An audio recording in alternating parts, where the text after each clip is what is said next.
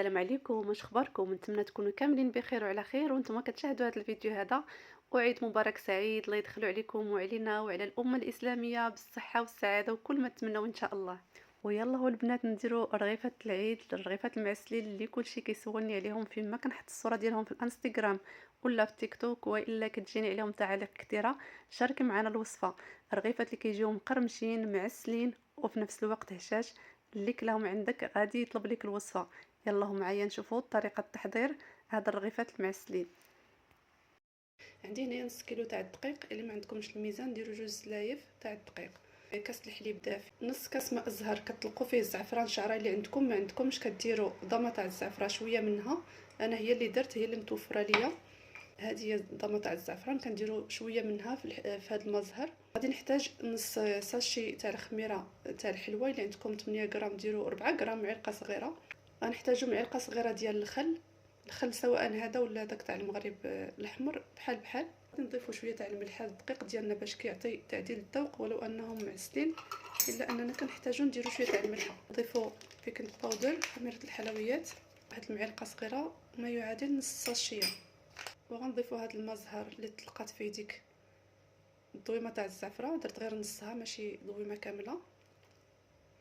نضيفوا معلقه صغيره ديال الخل، هي اللي كتعطي القرمشه لهاد المورقات، هاد المعسلات. غادي نضيفوا كاس الحليب دافي بالتدريج.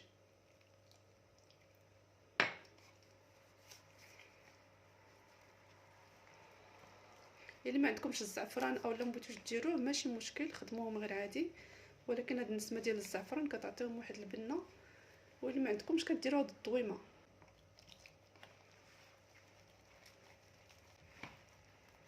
هاد الليكه ما مساعدانيش باش نعجن، ولكن تحرقت في صبعي ما كاين كي ندير، كتلصق ليا العجينه.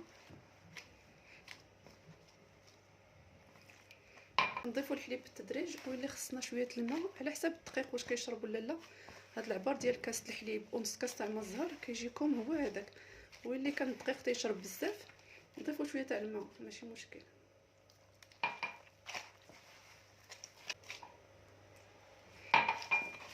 العجينه ما خصهاش تكون خفيفه بزاف باش ما تعذبكمش في الطورق، كتكون شاده في راسها شويه. انا بركه عليها هاد الحليب كافيها، وانتم على حساب الدقيق تاعكم اللي كيشرب نزيدوا شويه تاع الماء، مثلا 2 معالق حتى 3 المعالق. صافي غادي ندلكها مزيان. البنات بحال اللي ما كينساش، انا راه نسيت الزبده، فيها 4 المعالق الزبده دايبه. دابا عاد غادي نضيفها بحراره المطبخ، غندخلها مع العجينه. حتى كملت العجينه تنقول نسيت شي حاجه وانا نتفكر نسيت الزبده. غادي ندخل فيها هاد الزبده هادي ندلكها حتى كتنسجم معاها. نتوما ديروها من الاول 4 المعالق الزبده دايبه. العجينه ديالي من بعد ما دخلت فيها الزبده دلكتها مزيان، كتجيب هذا القوام هذا كما قلت لكم، ما تجيش جاريه بزاف. صافي غادي نخليها ترتاح في واحد البلاستيك 5 دقائق. عاد ما ارتاحت لينا العجينه ديالنا واحد 5 دقائق، كنحتاجوا معاها باش نورقوها نشا الذره.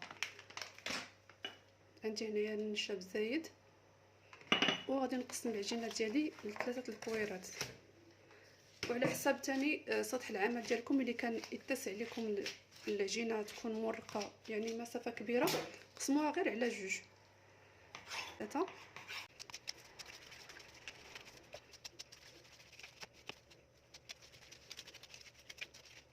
نرش النشا على سطح العمل وفوق من هاد القريصه، ونجيب ندلك ونحاول نطلقها، وانا كنطلق على شكل مربع، نعطيها الشكل مربع. وفين ما يتخصنا النشا كنشوفوا العجينه ديالنا شربت داك النشا كنزيدوه، لان هذا النشا هو اللي غادي يعطيها الطورق ويخليها تحل في الزيت.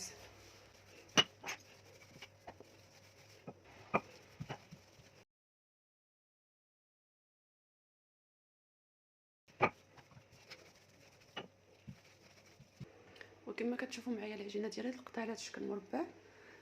هذا هو السمك اللي كنخلي فيها، كتجي رقيقه بهذا الشكل هذا. وهنا غادي نبدا نرولي العجينه ديالي من هذا القنت هذا القدام، وانا غاديه بشويه كنرولي. حاولوا تريليو كما كدوروا الوسط، دوروا حتى الجنب باش يجيكم قياس واحد، يجي الرولو قياس واحد، ماشي نروليو الوسط ونخليو الجناب.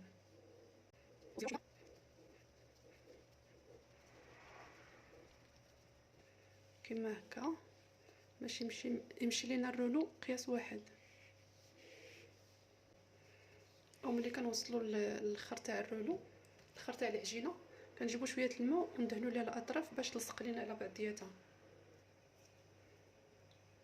كناخذ شويه الماء وكنديرو في الاطراف تاع العجينه.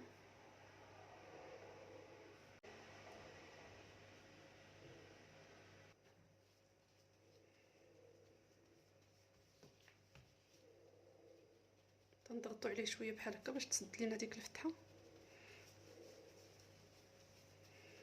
وهكذا حصلنا على هاد الرولو تاع هاد العجينه. غادي نكمل الاخرينات، دوك الكريسات الاخرين.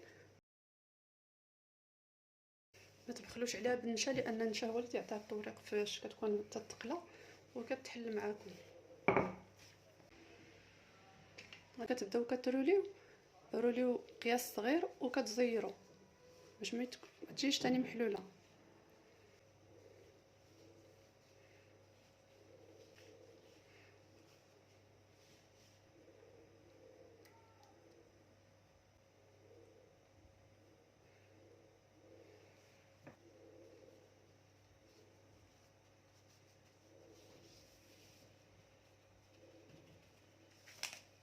بعد ما كملنا الحلوه ديالنا درناها هكا لي بودان، غادي نقطعوها. غادي نحاولوا نقطعوا على تقريبا واحد 2 سنتيم تاع العرض بحال هكذا، هذا القياس.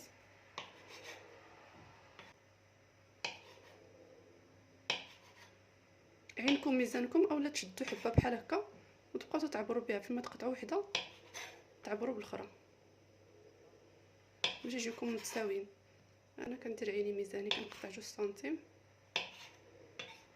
بغيتوهم كبار كبروا على 2 سنتيم، بغيتوهم في هذا القياس هذا كيعطيوكم واحد الرغيفات في القياس الصغير زوين.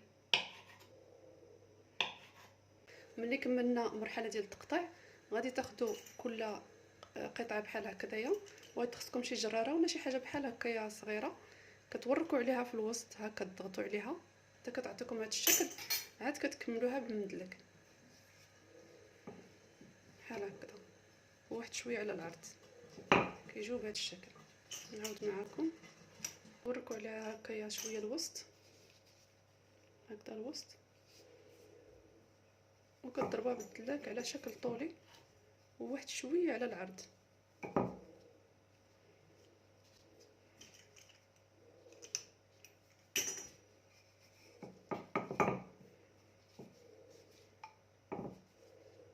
ما نرقوهمش بزاف باش يبان فيهم الطرق. ملي غيتحطوا في المقله كيتنفخوا. اللي ما عندكمش هاد الجراره هادي، ديروا شي يد موس ولا يد فرشيطه ولا شي حاجه بحال هكذا، بحال هكايا يد فرشيطه. المهم غير تضغطوا في الوسط راه كافيه.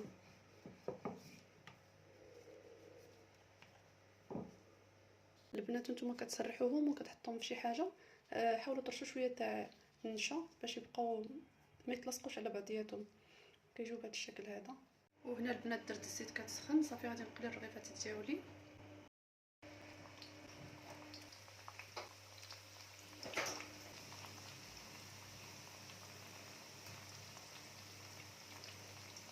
غير كديروهم في الزيت وتقلبوهم دغيا باش كيتنفخوا.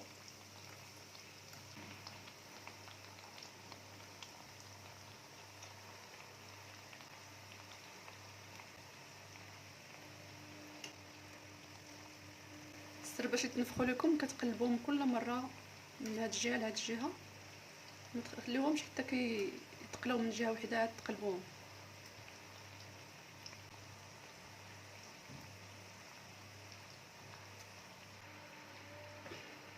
وهنا تقلاو ليا غادي نحيدهم، كتذهبوا كتحيدوهم.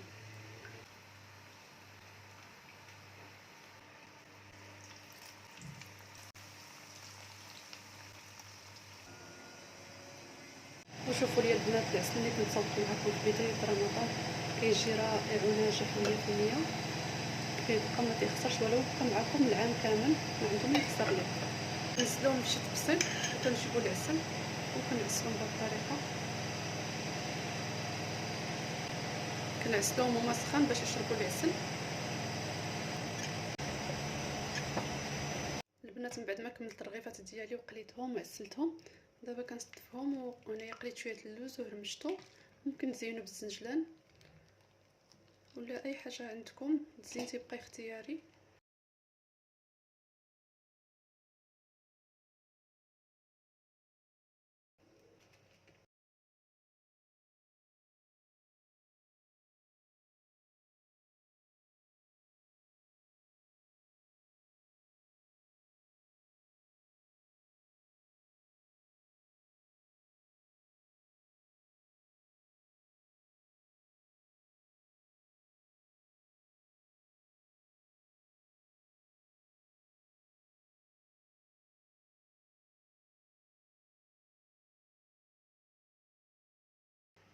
اللي ما جربتهمش لهذا العيد ان شاء الله تجربهم عيد اخر او لا مناسبه اخرى ان شاء الله.